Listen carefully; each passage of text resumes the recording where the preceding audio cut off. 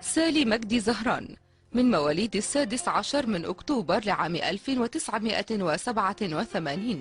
طالبة بالفرقة الثالثة بكلية الآداب قسم اللغة الإنجليزية بسوهاج، تعيش مع أسرتها في شارع الجمهورية بمدينة سوهاج. توفت لرحمة الله يوم 28 من يناير لعام 2011 الماضي فيما عرف بجمعة الغضب. جميع وسائل الإعلام المرئية والمسموعة والمقروءة ذكرت لنا أن الشهيدة لقيت مصرعها بعد قيام بعض البلطجية المستأجرين من الحزب الوطني بالتعدي عليها بالضرب بالشوم والعصي أثناء محاولتها دخول ميدان التحرير بالقاهرة. وفاجأ أن في الجرايد كاتبينها بمنظومة الشهداء. ناسا عملت سفينة باسمها بعتها المريخ. الأستاذ مصطفى التوني عمل لها كاريكاتير جان دارك المصرية. يعني ربنا كرمها في الدنيا، إن شاء الله يكرمها في الآخرة. ولكن بعد قيامنا بالتوجه لمنزل أسرة سالي بمدينة سوهاج للتصوير معهم، حدثت مفاجأة كبرى لنا طبقا لما جاء بحديث والدتها. بتتصل بحد من أصحابها هنا في سوهاج، وعرفت إن هم يعملوا مظاهرة. دخلت خدت عملت كوبايه نسكافيه بتاعتها، هي مش اكله ليها يومين، بس ما رضتش تفطر ولا تاكل حاجه. عملت نسكافيه بتاعتها وشربت. دخلت خدت حمام ولقيتها بتلبس. رايحه فين يا سالي؟ قالت لي يا ماما رايحه انزل في المظاهرات، عايزه اشارك يا ماما باي حاجه. انا سبتها تنزل، ما كانش ينفع احوشها. كانت فعلا لو لازم كانت تنزل في الوقت ده.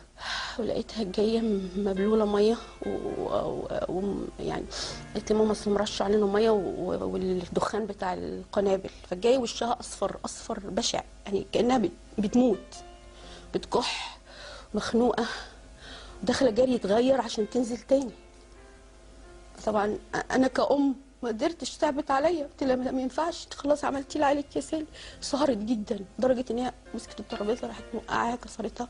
حرام عليكي، سيبيني يا ماما، سيبيني اعمل حاجه، سيبيني اعمل حاجه للبلد مش ليا، لاخواتي. طبعا لقيتها بتثور وبتغضب يعني ممكن تعمل اي حاجه. دخلت على اوضتها الجاريه، قالت لي ما كنتيش هتنزليني، انا هنزل من البلكونه.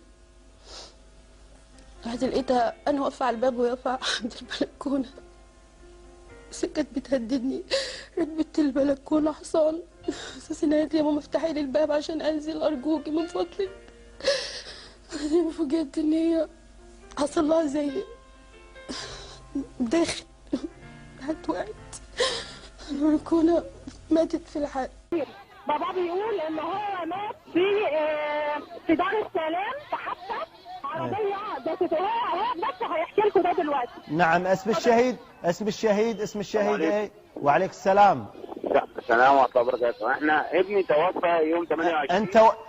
انت والد الشهيد؟ والد الشهيد محمد مدحت. ايوه محمد مدحت. ابني ما كانش في المظاهرات خالص، وكان خارج من الشغل بعد صلاه الجمعه. عربيه بتاعت بلد دست عليه ونقلوه، اخوه راح نقله للقصر العيني عشان يشافوه.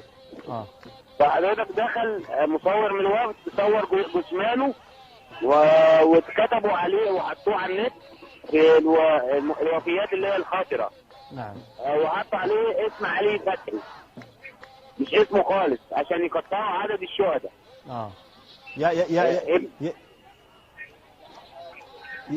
الو. نعم. سامعني حضرتك؟ نعم.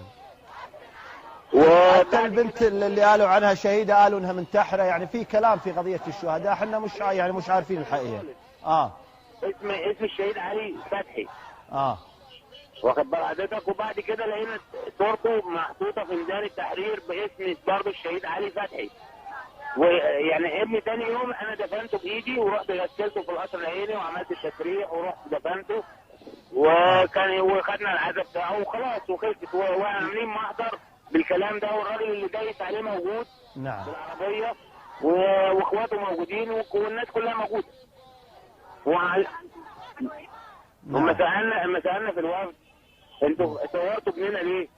ونزلوا لنا اعتذار تاني عليه. قالوا عشان احنا كنا بنثير الراي العام، بنكتر عدد الشهداء. نعم. يعني يعني تنفي ان يعني ابنك توفى في ميدان التحرير وان ابنك توفى بحادث سياره، حادث سير. انا ابني توفى بحادث سياره واستغلوا صورته وهو متوفي وكتبوا عليها اسم واحد تاني. اسم علي فتحي. ابنك اسمه محمد مدحت. والاستاذه نسرين صورتني وصورت الصور. أيوة. والبطاقه بتاعتي وشهاده الوفاه وكله. عطنا الاخت نسرين، يعني هذا ايضا يعني والد الشهيد محمد مدحت يتحدث ينفي ان ابنه شهيد ويقول ان ابنه أيوة. يعني توفى بحادث سير. نعم الله يرحمه ان شاء الله، الله يرحمه. عطني الاخت نسرين، معانا الاخت نسرين. الاخت نسرين مع حضرتك.